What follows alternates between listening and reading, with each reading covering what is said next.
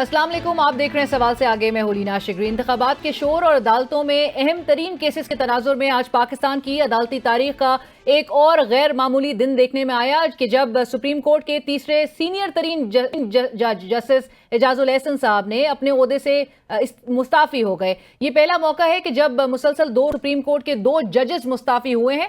گزشتہ روز supreme judicial council میں کارروائی کا سامنا کرنے والے جسٹس ریٹائرڈ مظاہر علی اکبر نقوی صاحب مستعفی ہوئے تھے۔ صدر مملکت کے نام لکھے گئے اپنے استعفے میں جسٹس اعجاز الاحسن نے یہ موقف اختیار کیا کہ لاہور ہائی کورٹ اور سپریم کورٹ کا جج بننا ان کے لیے ایک بہت بڑا اعزاز تھا۔ جسٹس اعجاز الاحسن کے اب وہ بطور سپریم کورٹ جج کام نہیں کرنا چاہتے اور آئین کے آرٹیکل 206 کے تحت فوری طور پر اپنے عہدے سے مستعفی ہو رہے ہیں۔ ایک ایسے وقت میں کہ جب سپریم کورٹ میں مختلف آئینی معاملات اور انتخابات سے متعلق اہم ترین پٹیشنز کی سماعت ہو تو جسٹس اعجاز الاحسن کا استعفیٰ کسی بھونچال سے کم معلوم نہیں ہوتا۔ گزشتہ ماہ جسٹس اعجاز الاحسن صاحب کا چیف جسٹس قاضی فائز عیسیٰ صاحب کے ساتھ بینچز کی تشکیل اور ڈیوٹی روسلے پر ایک بڑا اختلاف دیکھنے میں آیا تھا، جس کا اظہار انہوں نے خط کے ذریعے کیا تھا۔ جواباً چیف جسٹس نے بھی خط کے ذریعے یہ وضاحت دی تھی کہ جسٹس اعجاز الاحسن ان معاملات پر مشاورت کے لیے سرے سے دستیاب ہی نہیں تھے۔ خطوط کے تبادلے کے بعد جسٹس اعجاز الاحسن عملی طور پر بینچ سے غائب رہے اور انہوں نے بطور سینئر ججز کمیٹی کی میٹنگز میں بھی حصہ نہیں لیا تھا۔ جسٹس اعجاز الاحسن کو رواں سال اکتوبر میں چیف جسٹس بننا تھا اور چیف جسٹس قاضی فائز عیسیٰ کی ریٹائرمنٹ کے بعد اب وہ چیف جسٹس بنتے۔ 2017 میں جسٹس اعجاز الاحسن نواز شریف صاحب کے خلاف پاناما کیس کے مانیٹرنگ جج بھی رہے اور جسٹس اعجاز الاحسن کے مستعفی ہونے کے بعد اب جسٹس منصور علی شاہ اگلے چیف جسٹس ہوں گے۔ دوسری جانب گزشتہ روز مستعفی ہونے والے جسٹس ریٹائرڈ مظاہر علی اکبر نقوی صاحب کا سپریم جوڈیشل کونسل میں معاملہ خاصی دلچسپ صورتحال اختیار کر گیا ہے۔ سپریم جوڈیشل کونسل نے جسٹس مظاہر علی اکبر نقوی کو مستعفی ہونے کے باوجود اپنا دفاع پیش کرنے کا ایک اور موقع فراہم کر دیا ہے۔ آج کی سماعت کے دوران chairman supreme judicial council chief justice قاضی فائز عیسیٰ نے کہا کہ یہ نہیں ہو سکتا کوئی شخص استعفیٰ دے کر سپریم کورٹ کی ساکھ تباہ کر جائے اور ہم دیکھتے رہیں اور کارروائی نہ کریں۔ ان کا مزید کہنا تھا کہ جج کی برطرفی اب غیر متعلقہ مسئلہ ہے، کونسل کوئی نہ کوئی فائنڈنگ تو دے گی۔ اٹارنی جنرل معاونت کریں کہ کونسل میں یہ مسئلہ کیسے حل ہوگا اور آگے کیسے بڑھا جائے۔ دوسری جانب انتخابی نشان کی جنگ بھی اپنے حتمی مرحلے میں داخل ہو گئی ہے۔ گزشتہ روز پشاور ہائی کورٹ سے بلے کے نشان پر ریلیف حاصل کرنے والی پاکستان تحریک انصاف نے عدالتی احکامات کے باوجود پارٹی سرٹیفکیٹ جاری نہ ہونے یا نہ کرنے پر الیکشن کمیشن کے خلاف پشاور ہائی کورٹ میں توہین عدالت کی درخواست دائر کر دی ہے۔ الیکشن کمیشن بھی پیچھے نہیں رہا اور پشاور ہائی کورٹ کے فیصلے کے خلاف اپیل میں سپریم کورٹ پہنچ گیا ہے۔ کل کا دن اس حوالے سے خاصا اہم ہوگا کیونکہ پی ٹی آئی کی توہین عدالت کی درخواست اور الیکشن کمیشن کی سپریم کورٹ میں اپیل کی سماعت ایک ہی روز ہونے جا رہی ہے۔ پشاور ہائی کورٹ کے فیصلے کے بعد پی ٹی آئی نے اپنے انتخابی امیدواروں کو اگلے 24 گھنٹوں کے دوران ٹکٹ جاری کرنے کا اعلان کیا ہے۔ ٹکٹوں سے ریلیٹڈ مشاورت کمپلیٹ ہو گئی۔ سارے امیدواران اپنے ٹکٹ متعلقہ ریٹرننگ افسران کے سامنے فائل کریں گے۔ میں پارٹی ورکروں سے اور کینڈیڈیٹ سے امیدواران سے ایک درخواست کرتا ہوں کہ جس قسم کا ٹکٹ آپ چاہ رہے تھے شاید آپ کو وہ ٹکٹ نہیں ملا یا آپ ٹکٹ چاہ رہے اور آپ کو ٹکٹ نہیں ملا، اپنے پارٹی کے ڈیسیجن کو سپورٹ کریں۔ اور اب سے کچھ دیر پہلے سینیٹر علی ظفر صاحب نے بھی کہا کہ رات 12 بجے سے پہلے ٹکٹوں کے حوالے سے اعلان کر دیا جائے گا۔ دوسری جانب نون لیگ کی اگر بات کی جائے تو پلینگ فیلڈ میں اب تک اطمینان کے ساتھ کھیلنے والی جماعت کے اندر جو ہے وہ ٹکٹوں کی تقسیم پر اختلافات اب واضح طور پر دکھائی دے رہے ہیں، جبکہ 10 پی ٹی آئی منحرف اراکین میں سے 9 اراکین کو نون لیگ نے ٹکٹ جاری کر دیا ہے۔ توہین عدالت کی سزا پر 2018 کے انتخابات سے قبل 5 سال کی نااہلی کی سزا بھگتنے والے دانیال عزیز صاحب کو نون لیگ نے این اے 75 نارووال سے ٹکٹ جاری نہیں کیا۔ لاہور کے این اے 121 پر تاحال پارٹی اس بات کا فیصلہ نہیں کر سکی کہ سردار ایاز صادق صاحب اور شیخ روہیل اصغر صاحب میں سے ٹکٹ کس کو جاری کرنا ہے۔ نون لیگ کو ابھی بھی قومی اسمبلی کی 7 اور صوبائی اسمبلی کی 11 نشستوں پر حتمی امیدواروں کا فیصلہ کرنا ہے۔ پرانے پارٹی لیڈرز کو نظر انداز کر کے 9 منحرف پی ٹی آئی اراکین کو پارٹی ٹکٹ جاری کیے جانے پر نون لیگ کو جماعت کے اندر سے تنقید کا سامنا ہے۔ کچھ عرصہ پہلے تک مریم نواز صاحبہ دوسری جماعتوں میں جانے والے اراکین کا تذکرہ کچھ ان الفاظ میں کیا کرتی تھیں۔ لوٹوں کو رکھیں گے باتھ رومز میں، ان کی جگہ آپ کے ووٹوں کے ڈبوں میں نہیں ہے۔ لوٹوں کو ووٹ نہیں دو گے کہ آپ کے ووٹ کی حرمت کو پاؤں کے نیچے کچل کر چلا جائے، وہ آپ کے لیے کیا کھڑا ہوگا، وہ آپ کی کیا خدمت کرے گا۔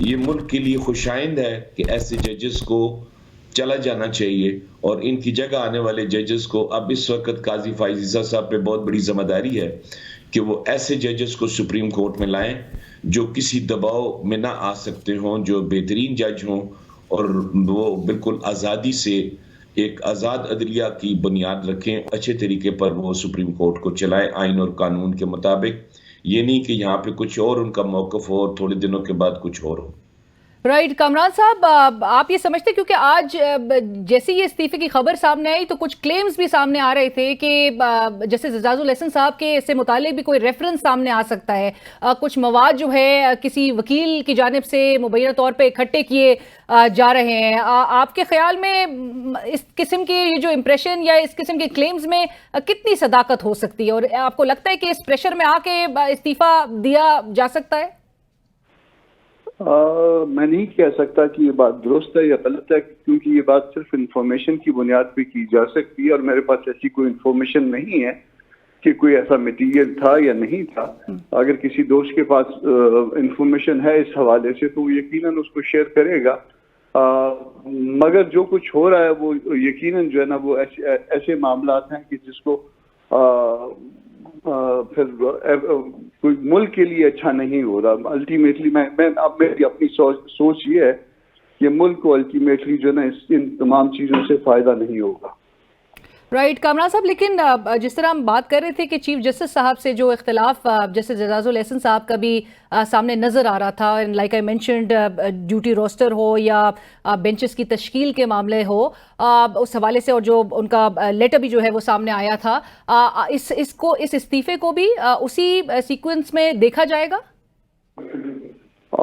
اختلاف کوئی اتنا بری چیز نہیں ہوتی، اختلاف تو بعض اوقات مذہب میں بھی جائز ہوتا ہے، اور اس سے جو ہے وہ معاملات میں بہتری آتی ہے، اختلاف کو اگر ذاتی حدوں تک نہ لے جایا جائے۔ میرا خیال ہے کہ یہ اختلاف وجہ بن بھی سکتی ہے اور اختلاف وجہ نہیں بھی بن سکتی، مگر معاملات اس سے آگے تھے۔ ڈویژن بہت عرصے سے جو ہے وہ موجود تھی اور ہے سپریم کورٹ میں، اور یہ ڈویژن جو ہے وہ کوئی اچھی بات نہیں ہوتی اتنے بڑے اعلیٰ اداروں میں۔ رائٹ، اور کامران صاحب، جو امجد شاہ صاحب بھی سپریم جوڈیشل کاؤنسل کی کارروائی سے متعلق بات کر رہے تھے، جو کہ فیصلہ کیا گیا ہے کہ وہ بھی جاری رہے گی، جسٹس مظاہر علی اکبر نقوی صاحب، جسٹس ریٹائرڈ مظاہر علی اکبر نقوی صاحب سے متعلق، سو قانون اس حوالے سے ناظرین کو بھی بتائیے گا کہ کہتا کیا ہے، کیا یہ کارروائی جاری رکھی جا سکتی ہے؟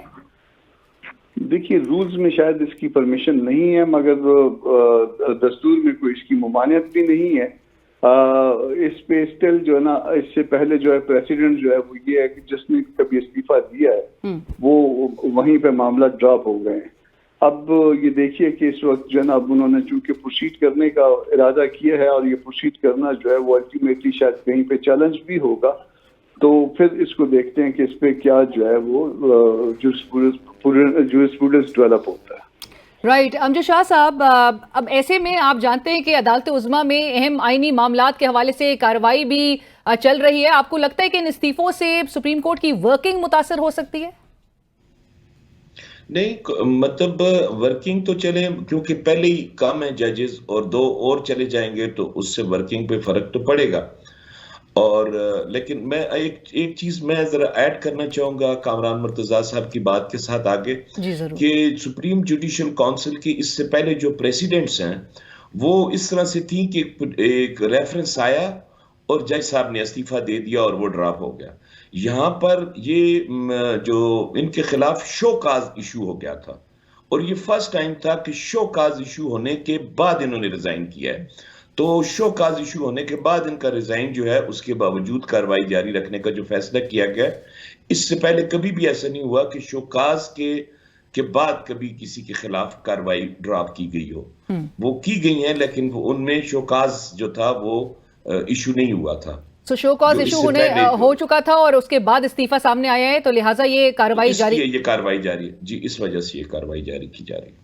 رائٹ، اور کامران صاحب، آپ کا اس سے متعلق کیا ویو ہے؟ شو کاز جس طرح سے امجد شاہ صاحب کہہ رہے ہیں، چونکہ پہلے آ چکا تھا اور اس کے بعد ان کا استعفیٰ سامنے آیا، لہٰذا کارروائی جاری رکھی جائے گی؟ وہ تو فیصلہ کر لیا نا آج اپنا سپریم جوڈیشل کاؤنسل نے کہ وہ پروسیڈ کریں گے۔ کل کے لیے پھر شاید رکھا ہے معاملے کو، تو جب یہ فیصلہ ہو گیا تو پروسیڈنگ تو جاری رہے گی۔ اور کامران صاحب آپ کے اپنے اوپینین کیا ہے اس سے متعلق؟ کیا جسٹس ریٹائرڈ مظاہر علی اکبر نقوی صاحب کو استعفیٰ دینا چاہیے تھا یا پھر اس کا سامنا کرنا چاہیے تھا؟ دیکھیے یہ ذاتی فیصلہ ہوتا ہے. یہ انہوں نے اپنے معاملے کو بہتر طور پہ وہ سمجھا ہوگا. دو باتیں انہوں نے، ایک بات تو جو وہ کر رہے ہیں وہ بھی ہو سکتی ہے اور ایک بات جو ان کے اگینسٹ کی جا رہی ہے وہ بھی ہو سکتی ہے. مگر اس کا فیصلہ جو ہے وہ تاریخ پہ چھوڑ دیجیے، وہ آنے والے وقت پہ چھوڑ دیجیے کہ کون درست تھا کون غلط تھا. میرا خیال ہے کہ مناسب نہیں ہے یہاں پہ فریق بننا اس معاملے میں. رائٹ. امجد شاہ صاحب، اب اگر آج بھی چونکہ جسٹس ریٹائرڈ مظاہر علی اکبر نقوی صاحب کے وکیل جو ہے وہ پریزنٹ نہیں ہوئے تھے، کل بھی اگر پیش نہیں ہوتے تو پھر یہ اس کارروائی کا سٹیٹس کیا ہوگا؟ پھر کارروائی جو ہے وہ ان کی غیر موجودگی میں جاری رہے گی. کیونکہ آج دیکھیں انہوں نے ریزائن کیا اس وجہ سے کہ شاید ان کے خلاف یہ پروسیڈنگ ڈراپ ہو جائے گی. اسی لیے نہ آج ان کا کوئی کونسل آیا، نہ آج ان کا کوئی نمائندہ آیا، نہ آیا اس میں سپریم جوڈیشل کونسل میں. اب کیونکہ کارروائی جاری رکھنے کا فیصلہ کر لیا ہے تو اگر کل وہ لوگ آتے ہیں تو وہ اس میں پروسیڈ کریں گے، اور اگر نہیں آئیں گے تو ان کے خلاف پروسیڈ ہوگا. پھر اور یہ اگر نہیں آتے تو پھر یہ کس قانون کے تحت یہ آگے پروسیڈ ہوگا؟ ایکس پارٹی ٹرائل جو ہے ہاں جی بالکل، ان کا کیونکہ ان کو نوٹس ہے اور اس نوٹس میں کے باوجود وہ اس کو جوائن نہیں کرتے اور ان کا جو فیئر ٹرائل کا رائٹ ہے وہ اس کو خود ہی اس کو اویل نہیں کرنا چاہتے. تو یہ ان تک ہے کہ وہ اویل کریں یا نہ کریں. اگر نہیں کریں گے تو ان کے خلاف ایکس پارٹی پروسیڈ ہوگا. اور اگر وہ امجد شاہ صاحب اگر وہ یہ دلیل دے دیتے ہیں کہ چونکہ میں ریزائن کر چکا ہوں لہٰذا یہ کارروائی میرے خلاف جو ہے وہ جاری نہیں رہ سکتی، تو پھر ایسے سچویشن میں کیا ہوگا؟ دیکھیں وہ اگر اس کو چیلنج کریں گے بھی تو انہیں اس سے پہلے کوئی ایسی پریسیڈنٹ نہیں ملے گی کہ شو کاز ایشو ہونے کے بعد اگر کوئی ریزائن آتا ہے تو کارروائی نہیں ہوگی. اس سے پہلے جتنے بھی کیسز ڈراپ کیے گئے ہیں وہ شو کاز سے پہلے ڈراپ ہوئے ہیں. ریفرنس آیا اور کارروائی ابھی پوری طرح شروع نہیں ہوئی تھی اور وہ ریزائن آ گیا اور وہ ڈراپ کر دی گئی. اس دفعہ ان سے مختلف تھی سچویشن. شوکاز ایشو ہو چکا تھا، شوکاز کا یہ جواب دے چکے تھے اور پھر اس کے بعد ان کا نہ آنا اور ریزائن کر دینا ان کو ریزائن ان کو بچا نہیں سکے گا. کارروائی ہوگی. رائٹ. کامران صاحب، جو میں نے ایک سوال بیچ میں کیا تھا سپریم کورٹ کی ورکنگ سے متعلق، آپ کے خیال میں چونکہ اہم جو آئینی معاملات اس وقت زیر سماعت ہیں سپریم کورٹ میں، آپ کو لگتا ہے کہ ورکنگ کسی نہ کسی حد تک جو ہے وہ امپیکٹ کرے گی ان ریزگنیشنز کے بعد؟ ظاہر ہے. دیکھیے میرا خیال ہے کہ 55,000 کیسز کے نزدیک ہے پریگننسی، اور پہلے بھی ججز کم تھے اور مزید 2 ججز کے کم ہونے سے مزید جو ہے نا وہ پھر لوڈ بڑھے گا سپریم کورٹ پہ، تو ورکنگ جو ہے وہ افیکٹ ہوگی. پہلے بھی کیسز جو ہے نا وہ لگتے ہوئے سپریم کورٹ میں فکسیشن جو ہے بہت بڑا پرابلم ہے، تو یہ مزید جو ہے وہ تکلیف ہوگی لیٹیگنٹ کو. رائٹ. اور کامران صاحب، جو خبریں یہ گردش کر رہی ہیں کہ کچھ مزید استعفے بھی سامنے آ سکتے ہیں، کس حد تک ڈیمیجنگ ہوگا؟ اور آپ کو لگتا ہے کہ یہ جو ادارے کی ویکنس یا کمزوری کے اس میں رزلٹ کر رہے ہیں یہ resignations? It has weakened the institution.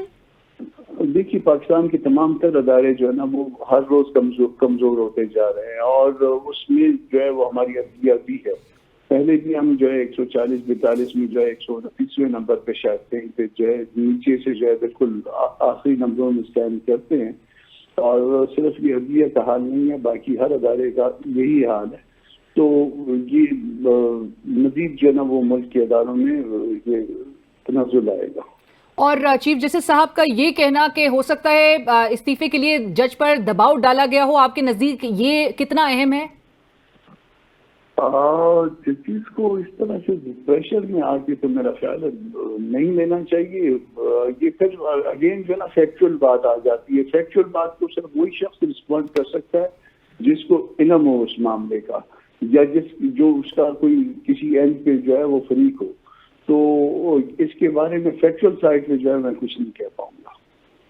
Right. امجد شاہ صاحب، آخری سوال سر، اب اس سیناریو میں صورتحال میں وے فارورڈ آپ کے نزدیک کیا نظر آ رہا ہے؟